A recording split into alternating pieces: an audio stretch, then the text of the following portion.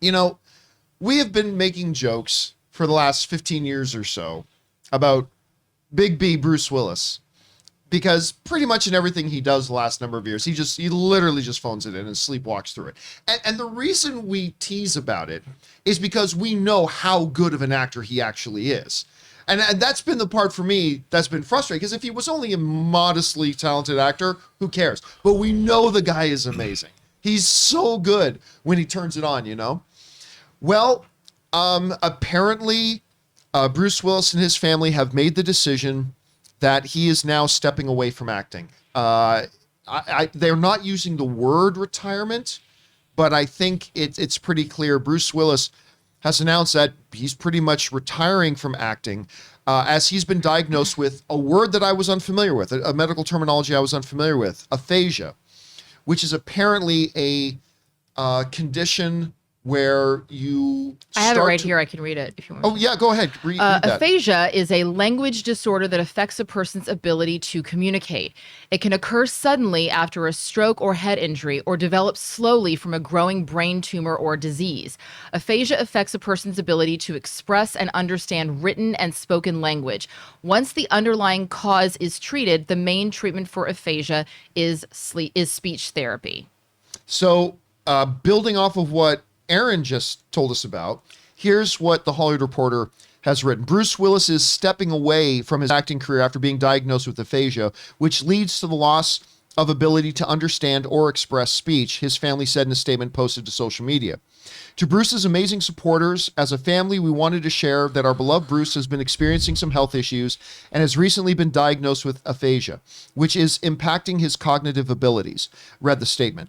As a result of this, and with much consideration, Bruce is stepping away from the career that has meant so much to him and meant so much to many, many people. Now, I don't know, from what you were just reading, Aaron, if this is it sounds like there are treatments. I don't know if this is treatment that can just slow it down. I don't know if this is a condition that can It says treatment can help, but the condition can't be cured. And there's also at least 3 different types of aphasia, because they can affect different parts of your brain, so different lobes can be affected. That's why certain ones are really, really tied to speech recognition. There's others that are just basic item recognition, not knowing what words are in connection to the item it actually is. So there's a couple different types of it as well. And it would be interesting also to find out, thank you for that, Chris. It'd be interesting to find out if they choose to release this information. Obviously, this is very private, but what the underlying cause of the aphasia was. Did he have a head trauma? Does he have a brain tumor? Did he have a stroke? Did he have, a head injury, as this is saying, is that it's not, it comes from something else. So I think that if they choose to release that information of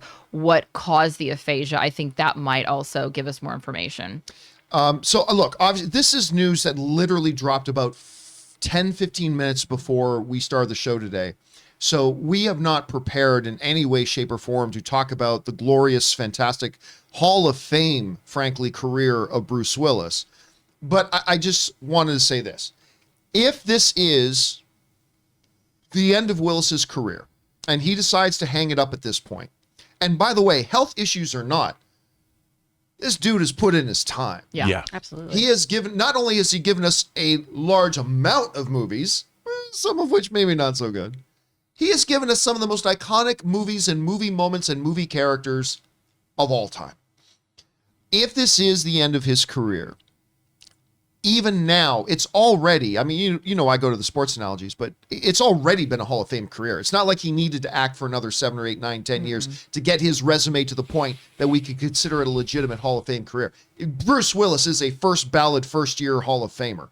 Period. End of sentence. Even if it was for nothing other than Die Hard. But he's kind of like Tom Brady in that way. Like, even if you took Tom Brady, take away the first 4 Super Bowls from Tom Brady's career, he still has a Hall of Fame career. I would propose to you that even if you take away Die Hard, Bruce Willis has had a Hall of Fame career.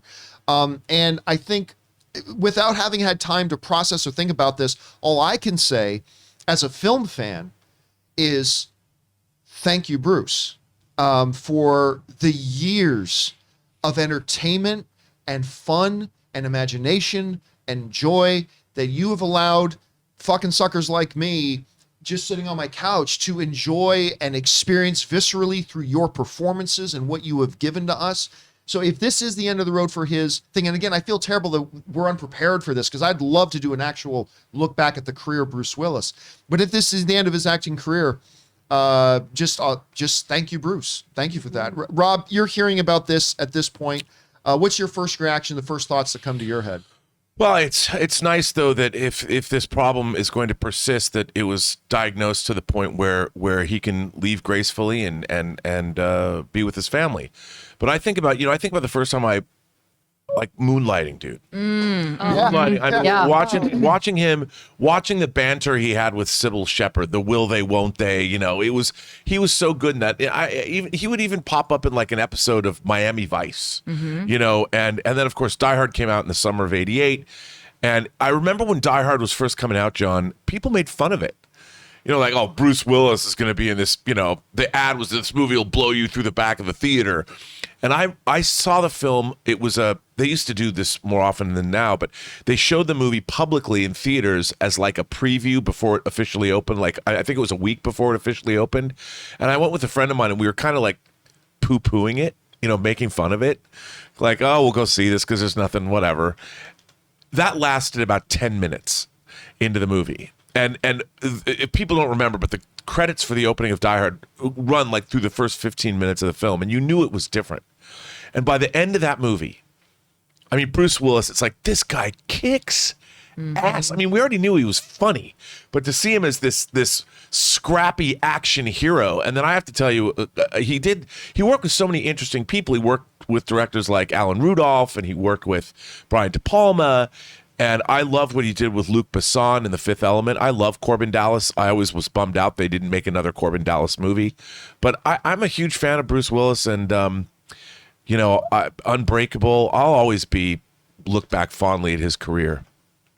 It's funny, too, because we're obviously, look, and totally understandable, when people think of Bruce Willis, they're going to think of Die Hard. Of course, maybe the greatest action franchise ever, right? But I wasn't kidding when you look at his other things. You mentioned Unbreakable, which, I mean, was a superhero movie before its time, right? Before the superhero genre.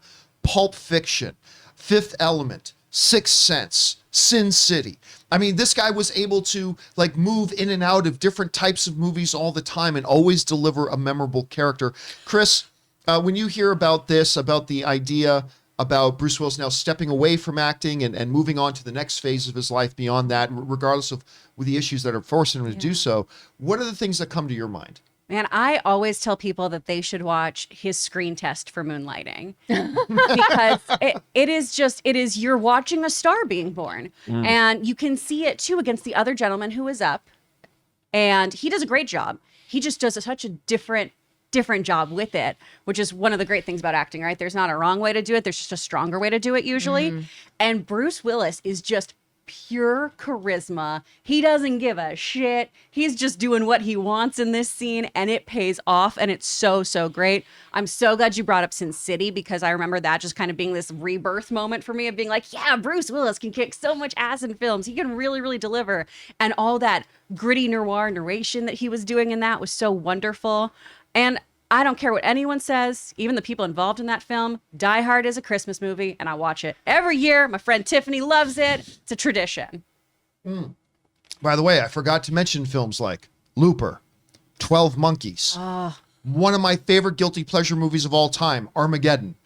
I love Armageddon. Well, That's what I was actually going to talk about, is before everybody wanted Liam Neeson to be their dad in Taken, who didn't want Bruce Willis to be their dad from Armageddon? I mean, the man is willing to walk into a meteor exploding moon. I mean, come on. Like, I wanted to be Liv Tyler, to make out with Ben Affleck, but also to have Bruce Willis as my dad. He was awesome in that. And I love that his first credit was in 1980, 4 decades ago, in something called The First Deadly Sin, as man entering diner as Delaney leaves. As man entering diner. So, and then, his first guest star was in Miami Vice. Yeah. He did The Twilight Zone. I mean, also, he was, in addition to being a badass action star and being a hilarious comedy star, he was also like the coolest of the cool of the cool. And whether it was in Pulp Fiction, which he was just so cool in, or in Friends, where he was just the coolest guy. Like, he just comes in and everybody's like, you're just the coolest guy ever. By the way, I'm so glad you said comedy, because it reminded me, there's a comedy in probably, maybe not my top 10, but probably my top 20 favorite comedies. And it's one that he did with the late, great Michael Clark Duncan. It was called, and the one star from Friends, Matthew. Oh, The Whole Nine Yards. The Whole Nine Yards. Yeah.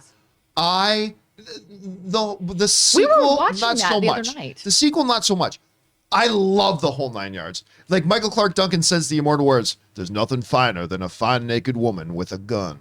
Like, Michael Clark Duncan, but I love that movie. That is so fun. Well, But- he had such a great run, like you pointed out. 12 Monkeys. Yeah. Working with Terry Gilliam. I mean, he had such a great run in the 90s working with all these diverse directors on all kinds of different films that really showed his versatility as an actor. I mean, Pulp Fiction, it's hard to believe, is 28 years old this year. Wow. But man, he had a great run of films, a really respectable body of work that any actor would be proud of. One of the things that's always so fascinating to me, especially about performers, because, performers and anyone who's in the public eye, it's always about, well, what have you done for me lately? Well, yeah, so what, you have an Academy Award. Yeah, you did that 10 years ago. Nobody cares anymore. I think that there is a value to just saying, but you did it. But you did it not just once, not just twice, but over spanning decades. Still managed to have, a family, still managed to have, like, the guy has really already at this point in his life lived the kind of life that so many people would envy 4, 5, 6 times over. And, hopefully this is just another chapter in the Bruce Willis tale that, he is able to tell us about himself one day. Guys, question is for you. Here in the news that Bruce Willis, due to health issues, is stepping away from acting. What are your thoughts? What's the first thing that comes to your mind when you think of the incredible career of Bruce Willis? Obviously, all of our best thoughts and wishes go to him and his family as well. Whatever you guys are thinking, jump down into the comments section below and let us know your thoughts.